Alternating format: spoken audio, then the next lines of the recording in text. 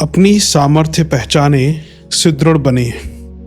अभावग्रस्तता व असमर्थता अंतर्बोध के अभाव के कारण अनुभव होती है। कीमती वस्तुएं तिजोरी में रखी जाती हैं। प्रकृति प्रदत्त बहुमूल्य रत्न भी भूगर्भ में छिपे रहते हैं, जिन्हें पुरुषार्थी शूरवीर ही प्राप्त कर पाते हैं। दुर्लभ कीमती मोती समुद्र की अथाह गहराई में ही पड़े रहते हैं, जिन्हें साहसी गोताखोर जान हथेली पर रखकर प्राप्त करते हैं। इन भौतिक उपलब्धियों को प्राप्त करने का सुअवसर हर किसी के लिए सुलभ है, किंतु आत्मविश्वासी और साहसी ही उनका लाभ उठा पाने में सफल होते हैं। प्रकृति प्रदत्त बहुमूल्य अनुदानों की भांति परमात्मा ने प्रत्येक मनुष्य को अंतर्विभूतियों से सुसंपन्न करके भेजा है। प्रकृति प्रदत्त बहुमूल्य अनुदानों की भांति परमात्मा ने प्रत्येक मनुष्य को अंतर्विभूतियों से सुसंपन्न करके भेजा है। अंतरतम केंद्र आत्मा में एक से बढ़कर एक विशेषताएं विद्यमान हैं, किंतु अपने आप से अनजान होने के कारण उसमें सन्निहित विशेषताओं का मनुष्य लाभ नहीं उठा पाता, और उसकी स्थिति वही होती है जो गले में बंधे हीरे से अपरिचित भीख मांगने वाले बालक की हुई थी।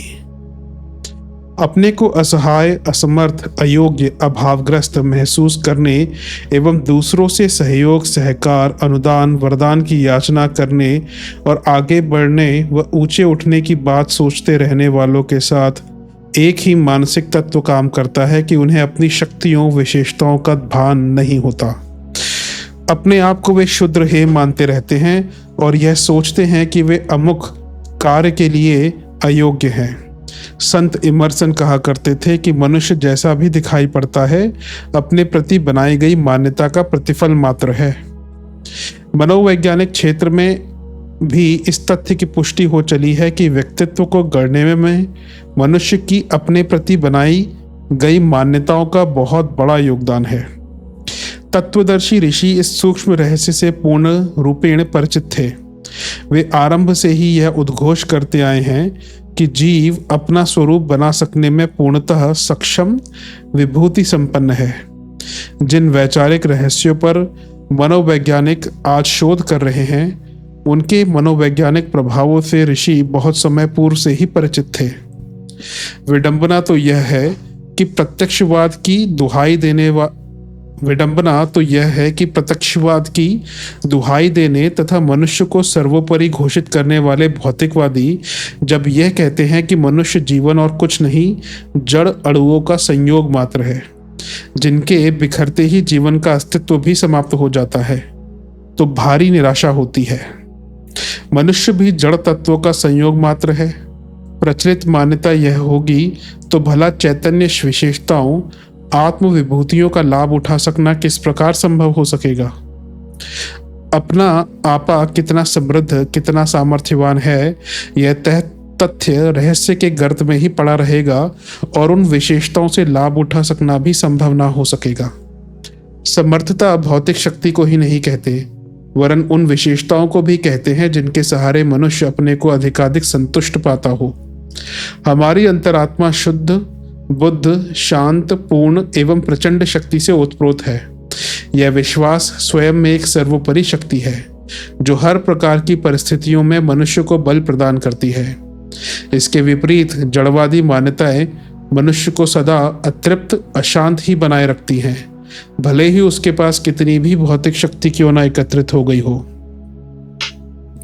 साधन एवं शक्ति का संचय सुख शांति की प्राप्ति के लिए किया जाता है। समस्त विश्व में इसी के निमित्त विभिन्न प्रकार की मानवीय चेष्टाएं चल रही हैं, किंतु वह स्थिति भी किसी से नहीं छिपी है कि जितने अधिक शक्ति साधन जुटते जा रहे हैं, मनुष्य शांति एवं संतोष की उपलब्धियों से उतना ही दूर हटता जा रहा है। अतृप्ति, असंतोष एवं अशांति की स्थिति उतनी ही अधिक बढ़ती जा रही है। यह आत्मविस्मृति का ही परिचायक है, जिसके रहते मनुष्य आत्मविभूतियों से सदा अपरिचित ही बना रहता है।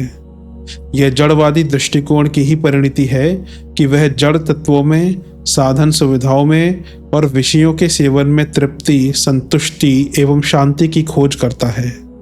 जीवन के प्रति इस भौतिकवादी दृष्टिकोण को बदलना होगा तथा ऋषियों के उसी उदात्त उद्घोष को दोहराना होगा जिसमें वे कहा करते थे, सोहम सच्चिदानंदोहम अहम ब्रह्मास्मि।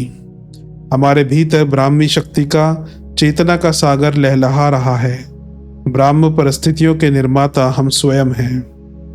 विस्मृति को हटाने एवं आत्मशक्ति से परिचित होने के लिए आत्मविश्वास के साथ दूसरा चरण उठाने की आवश्यकता होगी। साधना पुरुषार्थ करने की। समुद्र में से मोती निकालने में सफल साहसी गोताखोर होते हैं, जबकि समुद्र के अंतराल में मोती होने के तथ्य से सुपरिचित होते हुए भी साहस एवं पुरुषार्थ के अभाव में गहराई में मोती के लिए गोता लगाते नहीं बनता। अपने आप का स्वरूप जानने एवं उसमें सन्निहित शक्तियों को प्राप्त करने के लिए जो साधना पुरुषार्थ का अवलंबन लेकर दृढ़ता से आगे बढ़ने के लिए कटिबद्ध होते हैं, वे क्रमशः एक से बढ़कर एक विभूतियों को करतलगत करते जाते हैं। वे यह अनुभव करते हैं कि उस दयालु परमपिता परमात्मा ने एक से बढ़कर एक विभूतियों से सुसंपन्न करके जीवात्मा को भेजा है। यह मनुष्य के ऊपर निर्भर करता है कि विस्मृति की चादर ओढ़कर असहाय असमर्थ स्थिति में जीवन व्यतीत करे अथवा आत्मगठरी को खोलने का पुरुषार्थ करके उसमें छिपी आत्मिक विभूतियों का लाभ उठाए। विस्मृति से आत्म जागृति की दिशा में अग्रगमन करते ही मनुष्य की दरिद्रता एवं असमर्थता के दूर होते वह समर्थ संपन्न बनते देर नहीं लगती। अध्यात्म दर्शन का अवलंबन मनुष्य को सदैव यही प्रेरणा देता आया है कि वह अपने अंदर झांके, अपनी संपदाओं के भांडागार को टटोले और याचना ना कर अपने ही पुरुषार्थ से प्रगति के पथ पर चलता रहे। महापुरुषों ने भी सदैव यही मार्ग अपनाया है। वह स्वयं को और सारी मानवता को कृतार्थ किया है। सामर्थ्य को पहचानते ही हनुमान जब समुद्र पार करने के समान साहस कर सकते हैं, अर्जुन अपने अभिन्न सखा का परामर्श मानकर मोह की विडंबना से मुक्त हो अजेय अमर बन सकते हैं, तो मनुष्य अपने व्यवहारिक जीवन में दिख पड़ने वाली समस्याओं को क्यों नहीं सुलझा सकता। वह भी उठते उठते उसी स्तर पर पहुंच सकता है जहां देवदूत, ऋषि और महामानव पहुंचकर इस वसुधा को गौरवान्वित करते रहे हैं। पृथकता के अंतराल में एकत्व का सत्य। सृष्टि की ओर सूक्ष्म दृष्टि से देखने पर वह एक इकाई के रूप में प्रतीत होती है। वे भेद तो स्थूल जगत तक सीमित हैं। सूक्ष्म में पहुंचने पर एकता का ही दिग्दर्शन होता है। इस तथ्य को संसार के सभी प्रमुख दर्शन एक मत से स्वीकार करते हैं। एकता के सूत्र में गुथी प्रकृति में विभिन्नता उसके अवयवों में दिखाई पड़ती है, किंतु मूलतः वे सभी एकत्व के सूत्र में बंधे हुए हैं। शरीर के सभी अंग एक समान नहीं होते। हाथ, पैर, नेत्र, नासिका तथा शरीर के अन्य अंगों में मात्र रचना, आकार प्रकार की ही भिन्नता नहीं होती, वरन उनके कार्यों में भी भिन्नता स्पष्ट दिखाई पड़ती है। एक अंग का जो कार्य है, दूसरे का उससे सर्वथा भिन्न है। अंगों की रचना एवं उनके कार्य में भिन्नता होते हुए भी लक्ष्य की एकता स्पष्ट रूप से परिलक्षित होती है। वह है शरीर को स्वस्थ एवं संतुलित बनाए रखना। शरीर के सर्वांगीण विकास के लिए यह व्यवस्था आवश्यक है। विभिन्न अंगों की विषमता को देखकर उनकी स्वतंत्र सत्ता एवं परस्पर एक दूसरे से भिन्न होने की मान्यता बना ली जाए तो यह भारी भूल होगी। सहयोग सहकार का यह सिद्धांत ही सृष्टि को संतुलित बनाए हुए है। प्रकृति के विभिन्न अंगों में अंतर उनकी रचना एवं कार्य पद्धति का हो सकता है, लक्ष्य का नहीं। सूर्य, चंद्रमा, पृथ्वी, ग्रह, नक्षत्र, नदी, पहाड़ सभी मिलजुल कर सृष्टि चक्र को संतुलित तथा उसके प्रवाह को सुव्यवस्थित बनाए रखने में महत्वपूर्ण भूमिका संपादित करते हैं। देखा जाए तो ना उनकी रचना में एक रूपता होती है और ना ही कार्यों में। किंतु इस भिन्नता में भी एक तथ्य अनिवार्य रूप से जुड़ा है, और वह है संपूर्ण सृष्टि को संतुलित रखना। प्रकृति द्वारा सौंपे गए दायित्व का निर्वाह उसके विभिन्न अंग प्रत्यंग भली भांति करते देखे जाते हैं। असंतुलन की स्थिति तब उत्पन्न होती है जब एकांगी वर्चस्व सिद्ध करने की ललक उठती है। कई बार क्षुद्र ग्रह नक्षत्र संकीर्णता की भावना से प्रेरित होकर दूसरों से सहयोग और अपना स्वतंत्र स्थान बनाते हुए एवं पृथक मार्ग अपनाते हैं। इस क्षुद्रता का कुछ लाभ तो मिलता नहीं, उल्टे टकराकर चकनाचूर हो जाते हैं। विराट सृष्टि का संतुलित प्रवाह सहयोग के ही सिद्धांत पर चल रहा है। जड़ प्रकृति ही नहीं, समस्त चेतन प्राणी भी एकता के सूत्र में आबद्ध हैं। विश्व का प्राणी मात्र का आश्रय एवं प्रकाशक एक चेतन सत्ता है। जड़ प्रकृति में उसका प्रवाह ही सौंदर्य उत्पन्न करता तथा समर्थता प्रदान करता है। चेतन जगत उसी से प्रकाशित है। मानव मात्र में उसी की सत्ता विद्यमान है। शरीर के कलेवर की भिन्नता में भी सब में मूल सत्ता की ही एकता है। मनुष्य के बीच उनके स्वभाव एवं क्रियाकलाप की दृष्टि से भिन्नता दिखाई पड़ती है। व्यक्तिगत एवं सामूहिक विकास की दृष्टि से इस भिन्नता का होना आवश्यक है, किंतु इसको ही सत्य मानकर जब मनुष्य सब में विद्यमान चेतन सत्ता के तथ्य को भुला बैठता है, तो ऐसी स्थिति में ही संघर्ष उत्पन्न होता है। विषमता की दीवार संकीर्णता उत्पन्न करती है। अपने पराये की भेद दृष्टि पनपती है। फलस्वरूप एकत्व का दर्शन कर पाना संभव नहीं हो पाता। मनुष्य के बीच, वर्ग के बीच, राष्ट्र के बीच भिन्नता देखी जा सकती है। उनके क्रियाकलाप में अंतर दिखाई पड़ सकता है, किंतु उपयोगिता की दृष्टि से यह भिन्नता आवश्यक है। समाज में रहने वाले व्यक्तियों के कार्य एक समान नहीं होते। किसान अन्न पैदा करता है, जुलाहा कपड़ा बुनता है, कारीगर मकान बनाता है, मजदूर कारखाने में दैनिक जीवन की वस्तुओं का उत्पादन करता है, अध्यापक बच्चों को पढ़ाता है, कर्मचारी शासन व्यवस्था का दायित्व संभालते हैं। व्यक्ति के कार्यों में यह भिन्नता ही सामाजिक विकास का कारण बनती है। एक के कार्य दूसरे के लिए उपयोगी होते हैं। एकता के सूत्र में आबद्ध रहने के लिए कार्यों में विषमता का होना आवश्यक है। हर व्यक्ति यदि अन्न उत्पादन करने लगे तो अन्य आवश्यकताओं की पूर्ति ना हो सकेगी। व्यवस्था अव्यवस्था के रूप में परिवर्तित हो जाएगी। सामाजिक विकास अवरुद्ध हो जाएगा। एकत्व के सूत्र में जड़ चेतन सभी आबद्ध हैं। इस तथ्य को हृदयंगम करते हुए प्रत्येक मनुष्य को सहकारिता की, आदान प्रदान की रीति नीति को अपनाना चाहिए। ब्राह्म भिन्नता में भी एकता की अनुभूति कर सकना तथा उससे मिलने वाले दिव्य आनंद का लाभ उठा पाना तभी संभव है। आत्मा और परमात्मा का योग परम पुरुषार्थ। परब्रह्म अत्यंत विशाल है। ब्रह्मांड व्यापी अनेकानेक व्यवस्थाओं और शक्तियों का वह सूत्र संचालक है। इतना बड़ा उत्तरदायित्व उसे एक सुनियोजित सुव्यवस्थित योजना के अंतर्गत संपन्न करना पड़ता है। सामान्य व्यक्तियों या छोटे राजा व सामंतों की तरह उसके लिए हर व्यक्ति के हर काम में तथा प्रकृति की अगणित विधि व्यवस्थाओं में दखल देना संभव नहीं।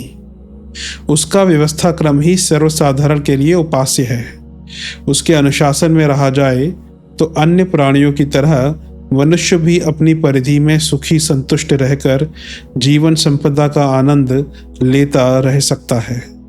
समस्याएं और विपत्तियां तो इस श्रृंखलता पर उतरने के कारण ही उत्पन्न होती हैं। उसकी व्यवस्था का, दिशाधारा का ध्यान रखना ही ईश्वर स्मरण का वास्तविक उद्देश्य है। उद्देश्यपूर्ण प्रभु स्मरण की ही सार्थकता, प्रशंसा और श्रेष्ठकर परिणति होती है।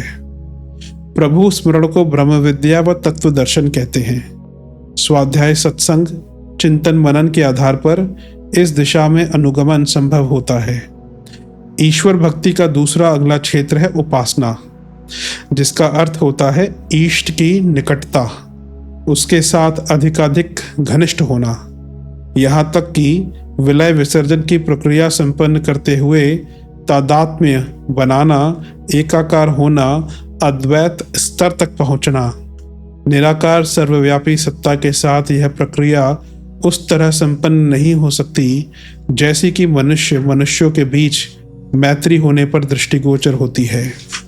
मनुष्यों की मैत्री एक दूसरे के साथ विनोद मनोरंजन करने, मन की बातें कहने तथा उपहारों का आदान प्रदान करने के रूप में प्रकट होती देखी जाती है। पर चूंकि परमात्मा सर्वव्यापी होने के कारण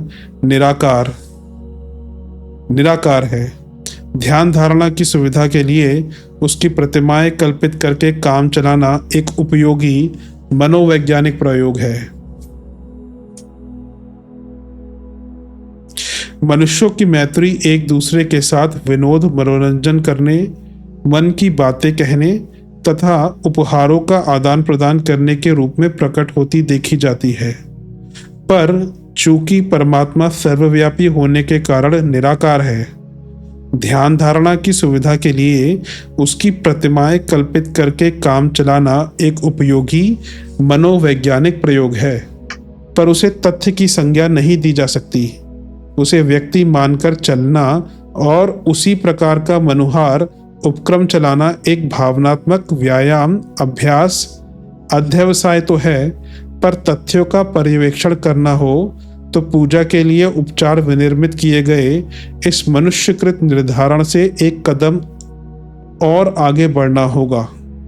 यथार्थवादी नया दृष्टिकोण अपनाना होगा, जिसका अर्थ होता है उस महातत्व को आत्मसात करना जिसे परमात्मा कहते हैं।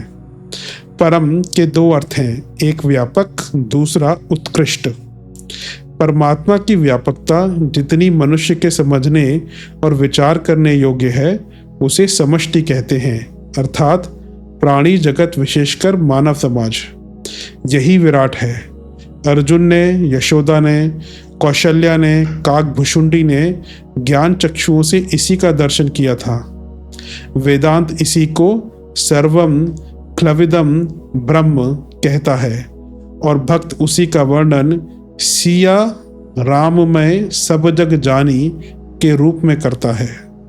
इन सब का सार तत्व इतना ही है कि व्यक्ति समाज के प्रति अपने को समर्पित करे, लोक सेवी बनकर रहे, संकीर्ण स्वार्थपरता को सामूहिक प्रगति के लिए उत्सर्ग कर दे, स्व का पर के साथ एकात्म भाव विकसित करे। साधु, ब्राह्मण, वानप्रस्थ आदि अध्यात्म परायण ईश्वर भक्त वर्गों को अपनी क्षमताएं लोक मंगल के लिए नियोजित करनी पड़ती हैं। यही है व्यापक परम की उपासना की क्रिया पद्धति के पीछे झांकता हुआ तत्व दर्शन। परम का दूसरा अर्थ है उत्कृष्ट, ऊंचा, महान। इसका अर्थ हुआ भावना और क्रिया क्षेत्र में जो कुछ श्रेष्ठ है उसका चयन, वर्ण। भगवान विश्व के कण कण में संव्याप्त है। इस दृष्टि से उन्हें भली और बुरी सभी विधि व्यवस्थाओं में सम्मिलित समझा जा सकता है। इस स्तर का भगवान मनुष्य का उपास्य, इष्ट, आराध्य नहीं हो सकता। वैसा करने पर तो भलाई की तरह बुराई अपनाने को भी ईश्वर के साथ आत्मसात कहा जाने लगेगा। समझा जाना चाहिए कि ईश्वर का वही पक्ष अपनाने योग्य है जिसे परम श्रेष्ठ कहते हैं। इसका अर्थ हुआ सद्भावनाएं, सद्विचारणाएं एवं सद्प्रवृत्तियां अपनाना तथा आदर्शों व आचरण मर्यादाओं का परिपालन।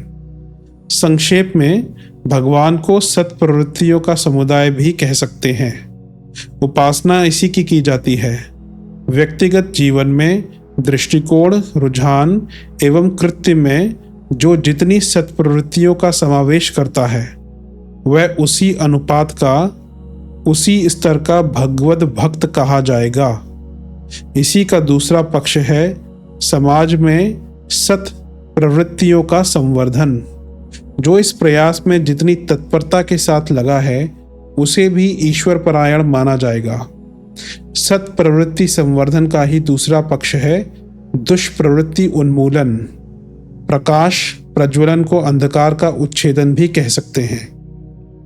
Establishment of right policies and right virtues and de-establishment of sick policies, de-establishment of sick virtues. प्रकाश प्रज्वलन को अंधकार का उच्छेदन भी कह सकते हैं। समृद्धि संवर्धन अर्थात दरिद्रता को निरस्त करना, सद्ज्ञान अर्थात अज्ञान का निवारण,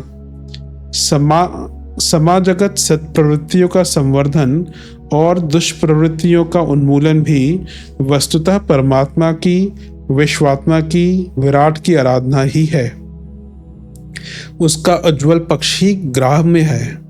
इसलिए पर ब्रह्म की अचिंत्य, अगोचर, अनुज्ञेय, अनिवर्चनीय, अबुद्धिगम्य, इंद्रियातीत आदि शब्दों से व्याख्या विवेचना की जाती है।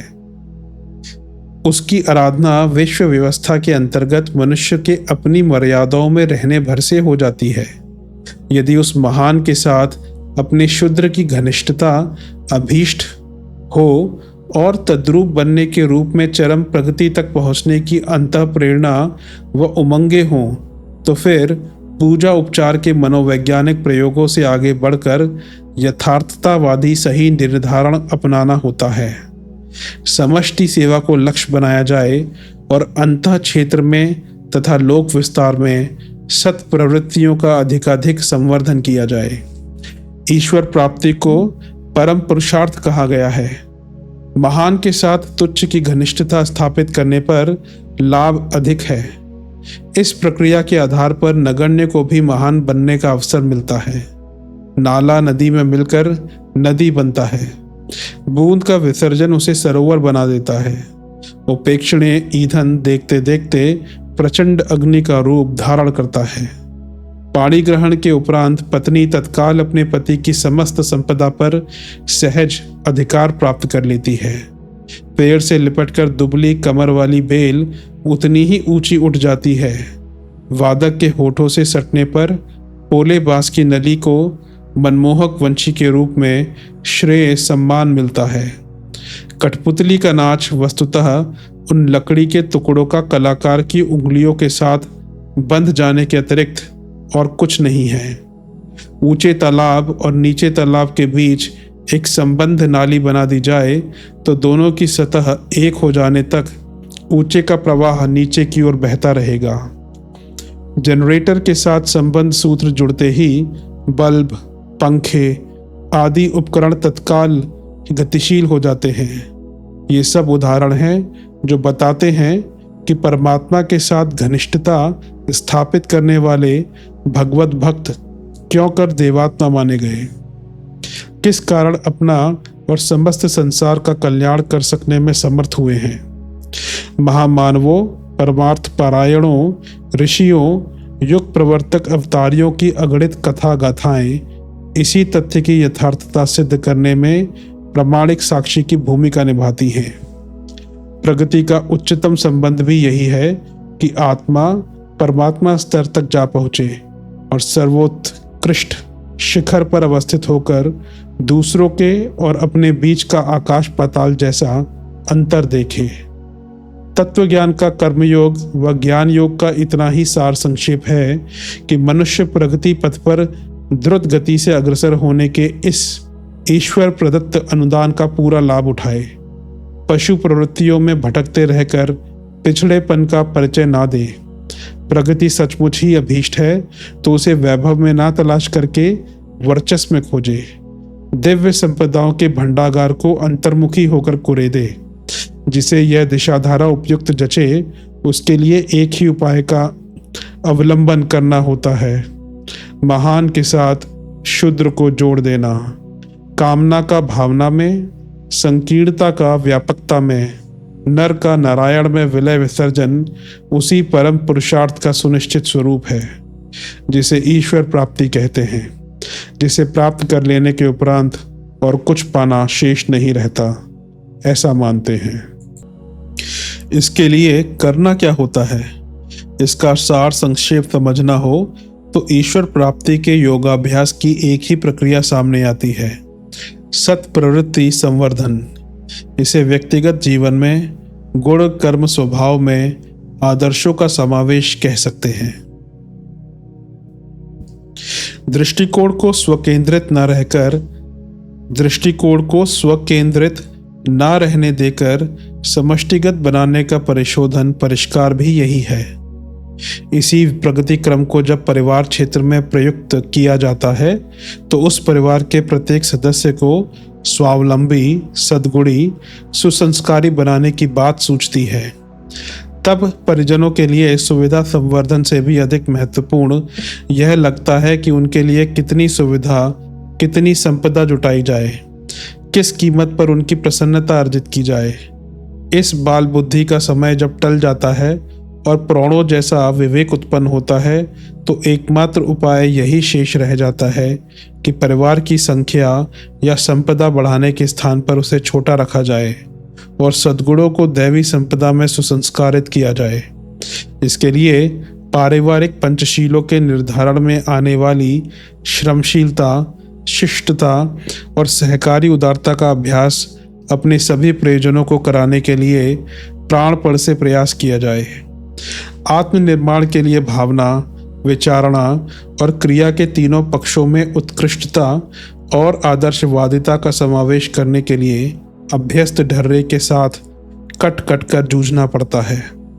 समर्थकों, सहायकों का अभाव रहते हुए एकाकी साहस के बलबूते लक्ष्य की दिशा में बिना थके, बिना निराश हुए अनवरत क्रम से आगे बढ़ना होता है।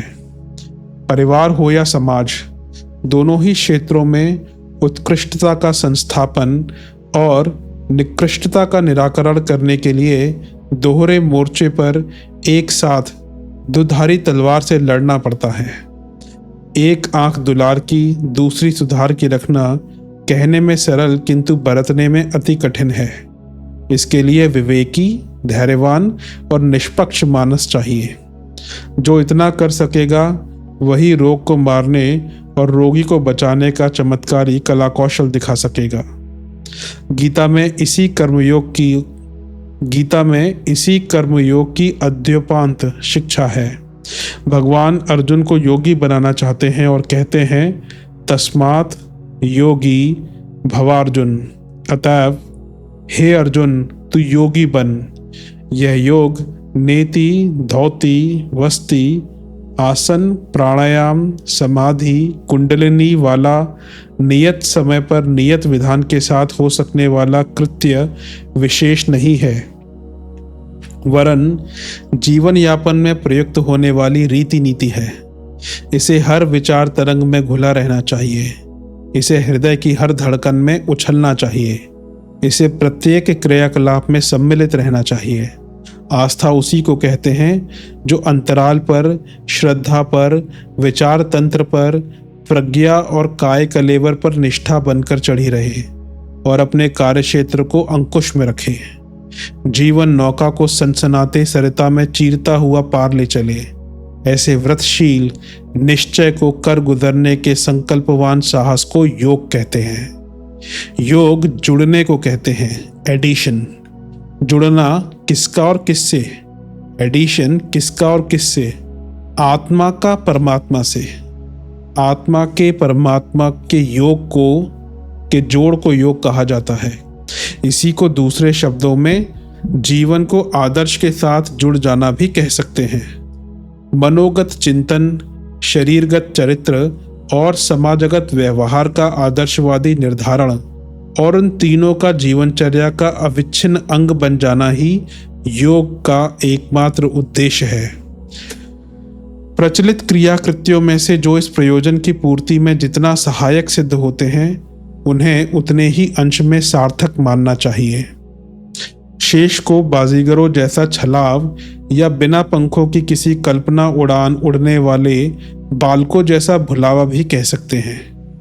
यह गिरह बांधने की बात है कि योग कोई जादू नहीं है जिसके सहारे मिट्टी से रुपया बनाकर दिखाया जा सके। देवताओं को पकड़ने वाला जाल और उनसे मनमर्जी का चाहे जो करा लेने वाला हंटर किसी ने माना होगा तो वह भारी भ्रम में भटकने वाला माना जाएगा। तरह तरह के दिवास्वप्न दिखाना, देवी देवताओं के दर्शन कराना, चित्र विचित्र अनुभूतियां कराना LSD जैसे मादक द्रव्यों का काम है, योग का काम नहीं। योग के प्रचलनों में धूर्त भटकाते और मूर्ख भटकते हैं, किंतु जो उसके यथार्थ स्वरूप को समझते हैं, जीवन को आदर्शों के साथ जोड़ते हैं, वे पौराणिक ऋषि महर्षियों की तरह और इतिहास प्रसिद्ध बुद्ध, गांधी, विवेकानंद, समर्थ गुरु रामदास आदि की तरह जीवन को आदर्शों के साथ जोड़कर सच्चे अर्थों में योगी बनते हैं, स्वयं कृतकृत्य होते और असंख्यों को कृतार्थ करते हैं।